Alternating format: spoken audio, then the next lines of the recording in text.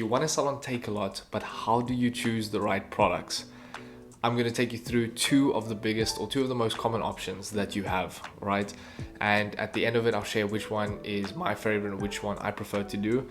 But very simple, the two main ways. Number one is using Google Analytics and trends to kind of find products and to find the right time to sell them. The second one, which I'll cover later, is my favorite. But let's get into the first one. The first one, Google Analytics. Who is this for? To me, this makes the most sense for someone whose sole purpose is to try find products that are going to sell on Takealot, no matter the category or the type. I would probably go this way. This is way easier than you think, I promise you.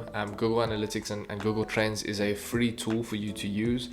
So all that you're going to do is you're going to go to trends.google.com and it's going to bring you to this page over here. All right. Now, obviously, unless you're using a VPN, it will bring you to already, say, South Africa. Otherwise, you can just go over here and you can kind of change what location you're in. For the purpose of this video, selling on Takealot, let's keep that at South Africa. The next thing you can see here, there's a home, an explore, and a trending now. If you go to trending now, it's more going to be topics that people are currently searching for. So you can kind of have a look at this, but we want to be at this section here, the explore. And this is where you're going to be using search terms that you type in. So let's say you have an idea of a couple products, or you just want to search something that you've been looking at. You can kind of see how many people have been searching for this topic on Google. And a lot of this is going to be seasonal. So we want to look out for spikes, anything that can help us reduce our risk. For example, if we're heading into spring and peak summer here in Cape Town where it's going to be hot, I'm probably not going to be wanting to sell umbrellas on Takealot, right? That stock is going to be sitting and it's probably not going to be selling as fast as I want. So let's actually use that as a random example. So let's type in umbrella. We search umbrella, and over here you just want to make sure you want to keep this to web search. Your other options are image, etc., but we want the most overall research. I would keep this on all categories as well, just so that again you have the most accurate reading in the data. And this, sometimes when you log on, it will say past day, all right? And obviously that's not going to be enough information.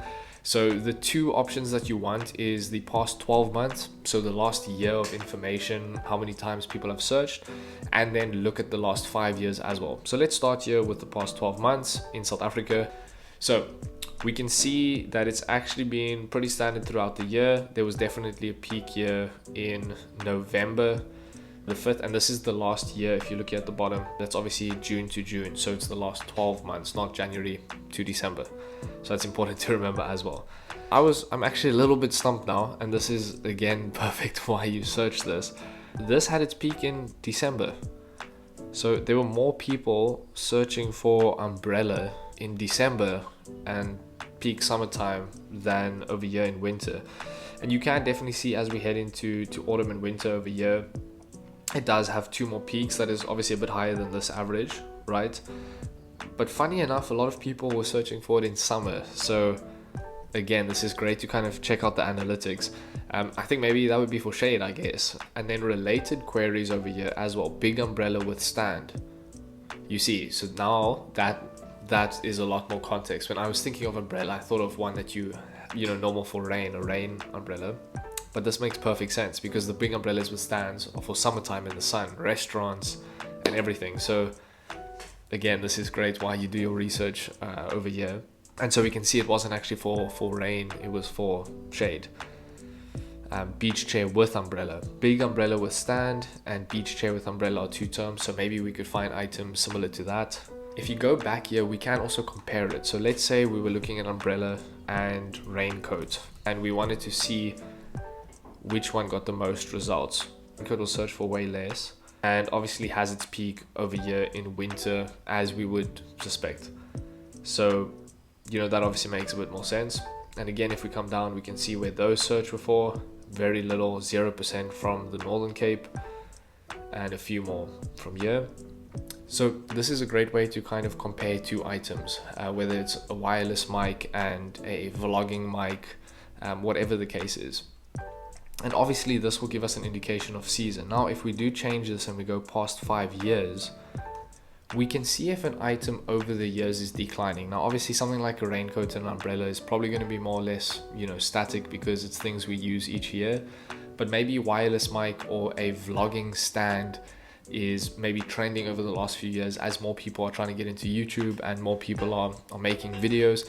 If we see that trend is going up over the last 5 years, that may be something you want to jump on before there's a dip.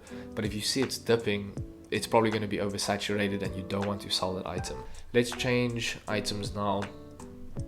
And to delete this, you can just push the 3 dots, remove, or you can edit it, of course. So let's do that. Let's go wireless mic. We can see this over the past 5 years. Okay, lots of up and downs, right? But you can see that this had a big peak in May to June of this year. So that is something really cool. A lot more people, especially if you go onto YouTube now, YouTube is busy favoring smaller channels. And so you can only imagine people are kind of looking for wireless mics, video sets, all of those things related. So it's really cool to look out for these trends on social media, Instagram, YouTube, and then put them in Google Trends to try and see what the trend is doing. Let's look at this over the past 12 months. And so you can see these big jumps, big dips with no searches. And again, here's that peak that we looked at from May to June. And then it's gone down again and it looks like it's busy on its way back up on another peak. That's something good that you can also look into. Now, another thing that you can do, just covering on this, is if you go to Takealot, just the normal Takealot, and I type in wireless mic, you see that an item like this is on the rise. It's growing steadily each year on year. Then you can go into Takealot, search for wireless mic, and this is something I wanted to point out in the week that I was busy looking at, is you want to look at items. This one here is often called the K9, but these wireless lavalier mics, and there you go, K9 DW dual wireless microphones. Now this is being sold by a whole bunch of sellers, but very, very saturated, right? If you were just going to find a supplier for this and try sell this, you can see everyone's dropping their prices. These items, you'll see it's probably going to pop up a lot more. Look over there, 198. Let's see if it goes any lower, 310, 287. And once these start getting a lot of reviews, this particular product has often had quite bad reviews and starts dropping in ratings. An item like that, you don't want to risk putting on so competitive, so full, where hundreds of people are busy selling it and everyone is just going cheaper and cheaper and cheaper. You're not going to make any money on Takealot with that, especially with all their fees. I would always use these two hand in hand. Go through things on Google Trends and have a look at how it's doing, and then go on to Takealot and see how flooded that part of the market is. Because if it is flooded, you just want to avoid those certain products. You don't want to just be a repeat of them, but you might come across a product that isn't really on you too much, or maybe like this one, you can only see it being sold by one person, 10 reviews, 4.5 star. Well, maybe if you find something in those lines at that quality price point for 1,100, you might have a much better chance of selling that product. The key takeaway to this is to pay attention to trends over months or even years. A rising trend indicates growth and interest in that particular product. That's usually something good to jump onto. Whereas if you see a decrease in the trend, your stock is probably going to sit too long, and that's going to affect your cash flow, and you might get penalties and storage fees with Takealot. That would be an item to avoid. We can always dive a little bit deeper in future, but I just wanted to give a quick overview with a few examples.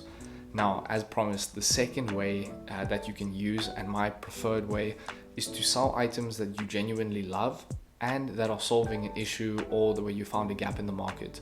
Now, you can still check the trends and everything as well, and that's valuable information. This option is probably best for people like myself who also want to build a business out of that product. For example, with our company, Brew Better, we are sourcing and manufacturing coffee equipment and espresso accessories. We're building a whole business out of that, right? We travel, we sponsor some events and help with competitions, etc. For that, we're also selling our items on Takealot, but we found a gap in the market. That's where our expertise are, and so that's something that we've chosen to go into. For that, that's where I'm starting. I'm first choosing my product, and then I'm finding the platforms, right? We have a full website for that, and we sell to wholesalers as well. Other examples where this would be the better option is maybe you're making handmade goods, and at the moment it's very easy to be accepted onto Takealot if you're doing proudly South African and handmade items. I've seen a few people on YouTube become pretty successful with handmade scrunchies, making their own material, sewing it and different colors and with a decent margin. and doing like the hair scrunchies. I've also seen people with handmade leather wallets and items like that. That would also be great because you could build a business around it, right? You could be promoting it to your friends and family. You could create a website for that product. You could do social media around it because it's in a niche. So anytime that you're kind of working within a niche, even maybe pet products and certain type of dog leashes, when that trend was pretty big, you would want to build multiple revenue streams with that. So you would want to have a good website built with that, as well as being able to sell on Takealot. Then I would start with items that you genuinely love. A big reason for me that this works is that Takealot takes effort and time, and yes, once you've got your stock onto Takealot and everything's there, it is selling in the background and it feels very much passive. But a big thing for me with all the admin and everything related to selling products, if I was just selling random products like umbrellas, the raincoats, the wireless mics, etc., things that I wasn't really interested in, it would be harder for me to muster up the time and effort and find the capacity to do that. Where for myself, when I'm very passionate about something, it's very easy to put in the time and effort, and I want to see it grow, and I know that it can genuinely help people, or at least provide value for people. That for me is always better for me because I know I'm going to put in the time and effort. Now, if you like searching for trends and looking at the analytics and going that way, that's going to be the best thing for you. If you're just doing this on the side, like I said, and you're only selling on Takealot and you're not trying to build another platform, another business with the product, then the first way is for sure going to be your best bet, a lot safer. And again, always go on to Takealot itself, look at the products that have been selling well, look at what is most flooded, most saturated, or maybe where you can find a gap. On the other side, with products that you love, start with your passions. I love all things camera and photography. I love coffee, as you can see in the background, and our business. So I can kind of go into each one of those passions and niches and go, okay, cool, what's a product I've been searching for but maybe been struggling to find on Takealot? So maybe in the coffee space, it's a certain type of brewer. Maybe in the filming space, it's a nice wireless mic set that isn't currently being sold. Or maybe it's just a particular camera stand. Whatever it is, try find your interest if you're going the second route, and try find something that's hard to find at the moment, but that there's a big interest on. Maybe it's trending on YouTube at the moment. That's another great source for me for ideas, is to find stuff that is currently peaking and trending on YouTube. And if you go back to trends, there is a place over here. Let's just see. You can go to web search, I believe, and then go to YouTube search. And you can then compare that. So you can see over here a lot of searches recently for the mic. And if I go to the past 5 years, let's have a look at that. I'm going to go worldwide in this case, and there you go. Very interesting. For wireless mic on YouTube specifically, in the past 5 years, you can see a constant growth, right? Little dips, growths, little dips, big growth over here, kind of constant. And as you can see, it's looking like it's going back up almost to the highest peak year in, which year was this? In 2023. More people are getting into YouTube and filming and being creative and making YouTube reels and shorts. And this is why it's being searched for more. I'm just about to start editing this video, and I realized that I know that a part 2 is definitely going to be needed in terms of, once you know what products you're going to search for, where do you actually get them from, and how can you source them, practically to purchase them before selling. So that part 2 is coming, don't worry. I just wanted to add that in here so you don't think I'm trying to make some clickbait. I think it's very important that you know how to search for the items first. And then part 2 definitely needs to be where to get those items from. So stick around for part 2. Okay, enjoy the rest of the video. Bye. This is another great option, is to go look what is trending on YouTube, what items are trending on YouTube. If you love pets and training dogs, go look at certain leashes that are currently trending and go that route, right?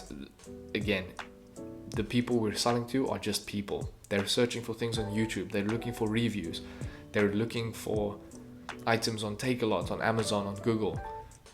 That's one of the best places to look. Now, I hope that this was helpful. It was a lot of information, a lot of chatting. Sorry about that, but I just wanted to give you my honest thoughts, my honest feedback, and how I think through things.